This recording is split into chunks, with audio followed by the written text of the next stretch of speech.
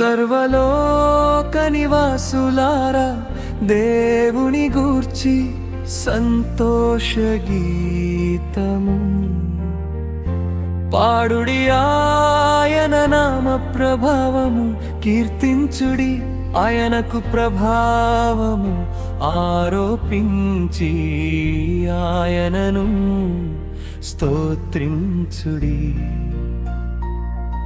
ఇలాగు దేవునికి స్తోత్రము చెల్లించుడి, నీ కార్యములు ఎంతో భీకరమైనవి, నీ బలాతిశయమును బట్టి నీ శత్రువులు లొంగి నీ యొద్దకు వచ్చెదరు. సర్వలోకము నీకు నమస్కరించి నిన్ను కీర్తించును, నీ నామమును బట్టి నిన్ను కీర్తించును. దేవుని ఆశ్చర్య కార్యములను చూడరండి నరుల ఎడ ఆయన జరిగించు కార్యములను చూడగా ఆయన కిక్కరుడయ్యున్నాడు. ఆయన సముద్రమును ఎండిన భూమిగా చేసెను, జనులు కాలినడకచే దాటిరి అక్కడ ఆయన యందు మేము సంతోషించితివి. ఆయన తన పరాక్రమము వలన నిత్యము ఏలుచున్నాడు, అన్యజనుల మీద ఆయన తన దృష్టి ఉంచి ఉన్నాడు. దూహులు తమ్ము తాము హెచ్చించుకొన తగదు. జనములారా మా దేవుని సన్నుతించుడి గొప్ప స్వరముతో,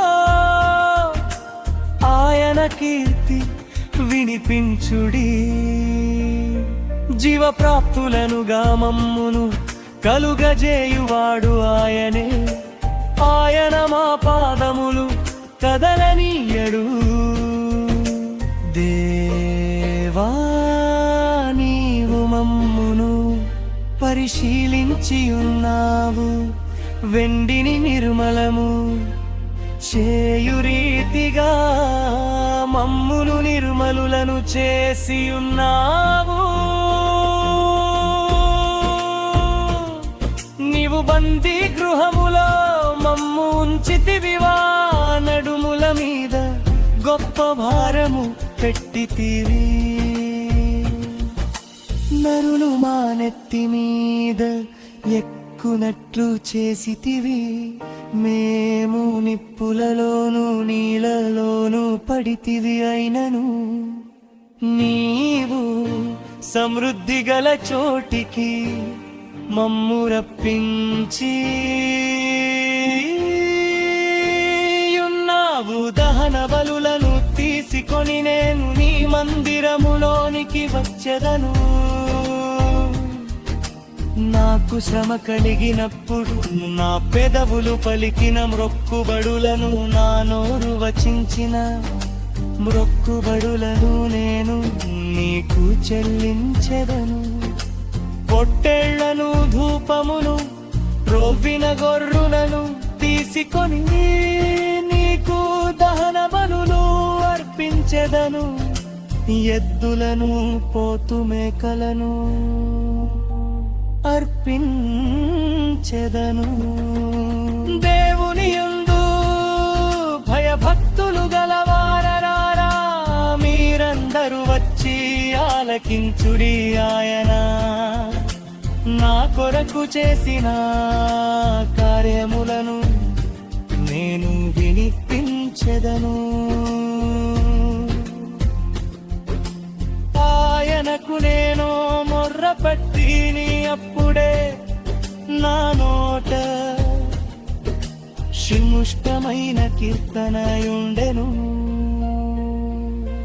నా హృదయములో నేను పాపమును లక్ష్యము చేసిన ఎడల ప్రభువు నా మనవి వినకపోవును.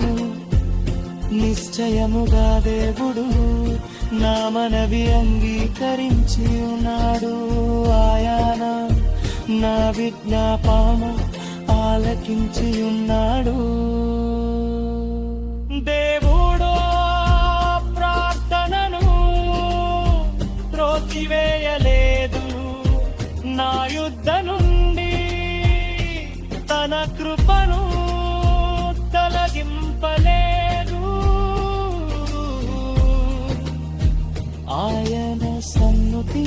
స్థిరపడును గాక